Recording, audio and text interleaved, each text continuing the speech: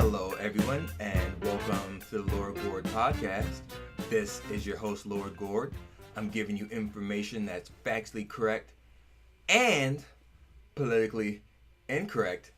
And to the young ladies that are aging like milk, turn your love around, bum bum bum bum bum bum.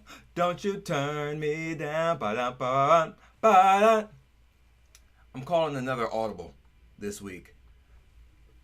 I have the outline for the fascism of FDR. I've been working a lot, got a little bit of a headache, so I'm going to give that the time, dedication, and just finesse that it deserves. I'm going to have that out next Wednesday. I promise you. I already read the book by Jim Powell, FDR's Folly. I have it ready to go. I'm calling an audible this week. I'm going to talk about something that's been making me very excited, something that's so nice, so pleasurable, so exciting. I'm talking about Generation Z. I'm talking about the people born the year 1995 and older, and the trends that I've been noticing that they're a lot more conservative than the Millennials or the Generation Xers. And the fact that, a lot of these young girls coming up are a lot more into traditionalism, deferring to their husband, letting the man lead, actually being comfortable being feminine and being in a feminine role, not wanting to be a man. So I'm just going to cite some data, and I'm just going to tear in on some of these aging broads that are going to be has-beens. They're going to be with cats their entire life. So this is some stuff I came across. According to a study released by the Center of Disease Control, sexual intercourse among high school students has decreased in the United States by quite a bit. Among males, 43.2% of high schoolers surveyed admitting to having intercourse, while 13.2% of females answer the same. While that may be high, it's a stark decrease from 2005, when 47.9% of males and 45.7% of females admitted to having sex. And it's an even bigger dip from the more than 50% that the CDC counted in 1995. According to a 1998 LA Times article, high school sex started to rise in the 70s, coincidentally, when there was more sex ed in the schools. Hit its peak in the 80s and began to slowly decrease in the 90s. Also, according to a 2016 study, 41% of Generation Z in the which they're after millennials, said they attend weekly church services. That's compared to 18% of millennials that said they went to church at that age, 21% of Generation Xers, and 26% of boomers. And this is a stat that just made me lose my mind with joy and glee. This is the stat that made me lose my mind. About 40% of Generation Z high school seniors disagreed that men should be breadwinners and women homemakers, compared to more than 60% in the mid-90s. That is the number. And also in a Forbes article, it's saying that these Generation Zers are fiscally responsible, don't like tattoos, they're Republican leaning. This is what I'm talking about. I see these millennial liberal women almost every day here in LA, and sometimes they're really pretty, really attractive, but what kills it is just the fact that they maim their bodies with tattoos. It's like such a gorgeous woman, and you just know that she's going to have a tattoo. And I really think that the tattoos are just an indicator of underclass mindset, of underclass values. So me personally, when I see a woman with a tattoo, I'm just turned off. Like I'm not into her. I don't think that that's the kind of woman I want raising my kids. I don't think that's the kind of woman that's going to instill the values I want in my kids. I think that's someone that adheres to moral and cultural relativism, and someone that is impulsive. I could be wrong about some of them, of course, not all. But that's really my take. And what I love about some of the data about these young Generation Z girls, and I've talked to them, about the Generation Z people in total, it seems like they're more individualistic. They actually do research. They look up the facts and the evidence. They don't buy the lies from the fake news mainstream media. So I like the fact that these people are thinking for themselves and they're looking at the consequences of bad ideas like the welfare state, sexual revolution, moral and cultural relativism, going to college and finding yourself tens of thousands of dollars in debt, getting a worthless degree that has a negative economic value. You see these Generation Zers shifting away from that. I mean, I've talked to some of these Generation Z females, man. A lot of them they're pretty bright. They're not falling for the feminist propaganda. I'd ask them, in what year did you think that women became the majority of students on college campuses? And they all correctly guessed in the 80s. So they're not buying the nonsense, man. And what I like about this, and why I think myself personally, I'm gonna start going younger. Hey, if they're good, millennial women, I'm still into them. I discriminate. Let's just be honest. I discriminate. But if the deal is so sweet, she can be a little older. She can be a millennial. I'd still take her. I mean, if she had the same values and mindset that I have, I'd take her. But what do I prefer right now? I'm definitely into the younger chicks, man. 22, 21, 19, 18.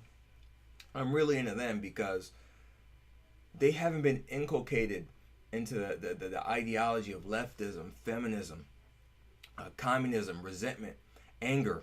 And what I love about this most of all is that all those entitled millennial chicks that still don't have a husband, late 20s, early 30s, they are just going to crash and burn, and I'm going to love it. Because sometimes I see them, these really pretty girls, late 20s, early 30s, they're not married. And usually this is my rule of thumb. When I see a woman that's past the age of 30 and she's not married, that is a huge red flag. In my mind, I'm thinking, what do other men know that I don't know? Because if she's that pretty and no one has asked for her hand in marriage, what is going on? And most of the time they're unstable, or they're crazy, or they buy into gender communism, which is known as feminism. So for these young girls to be much more interested in traditionalism, not wanting to work and slave and be some career woman, be some inferior version of a man, wanting to take care of kids, wanting to allow the man to have the natural role as protector or provider of the household, wanting to fulfill her natural role as caretaker, homemaker, nurturer. That's just music to my ears. And what these millennial women won't understand, they're entitled to everything. They think men are evil and that they're owed something for nothing. So these older women, even though they're less desirable because of their age, they won't lower their price. So if these 28-year-old millennial broads that are just entitled, narcissistic, angry, resentful, if they're still asking for the same kind of guys that the 19, 20, 21-year-old Generation Zers are asking for, they are done. And I love it because I know so many of these girls. And I remember when they used to be the talk of the town. All they've been is lonely. Turn your love around. But this time, ladies, you're not gonna turn your love around because you bought into lies. And by the time you want to turn your love around, all those men will be gone. Because if you are really pro-woman, if these communist, feminist types are really pro-woman, they'd be telling these women, listen, your sexual market value is at its peak when you are in your 20s. Reliable man that will protect and provide for you, that is intelligent, that has income earning potential, that will go get those shekels, that will die for you. You should be looking for that man at 22, 23 years old, not 29, 30 years old. Because by the time you're 29, 30 years old, those men that you want, they're gone. They've already married. And if they're still around, you think they're going to deal with you? You're over the hill. You're aging. And you will not lower your price. So you've made the discrimination far less costly for us men. And we're going for those Generation Zers that want to cook, that want to clean, and aren't going to be bickering with us at every turn with their leftist propaganda. And I love it, man. because there's so many women out there, so many cat ladies out there that are just desperately trying to convince themselves that they made a great decision by not marrying. So many women with a bastard child or two, with all kinds of credit card debt, 31, 32 years old, wondering, where are all the good men? You chased off all those good men when you were living vicariously as if you'd have no consequences to your pathological behavior. And guess who's taking your spot? The new and improved model.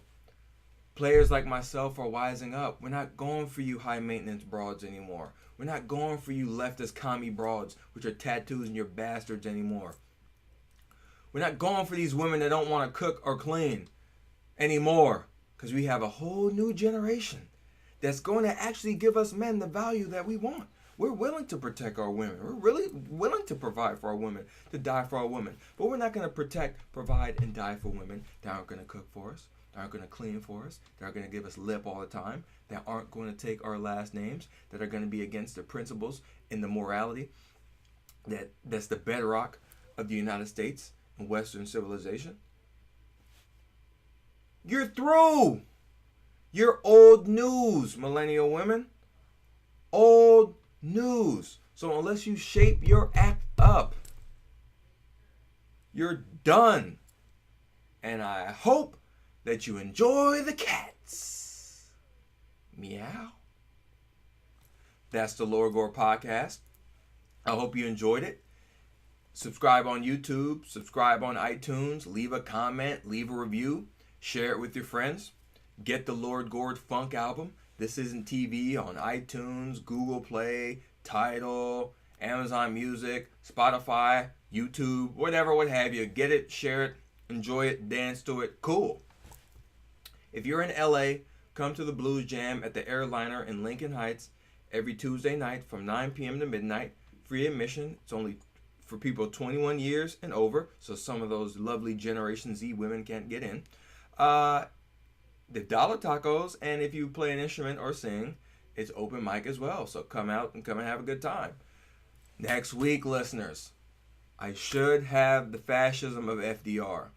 The outline is basically done.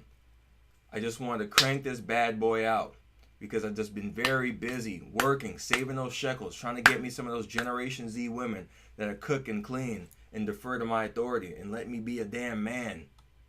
Not these harpy millennial broads that want to kill babies and force people to pay for their contraceptives and their bastard children. Thank you so much for listening. I'm Lord Gord. I'll talk to you next time.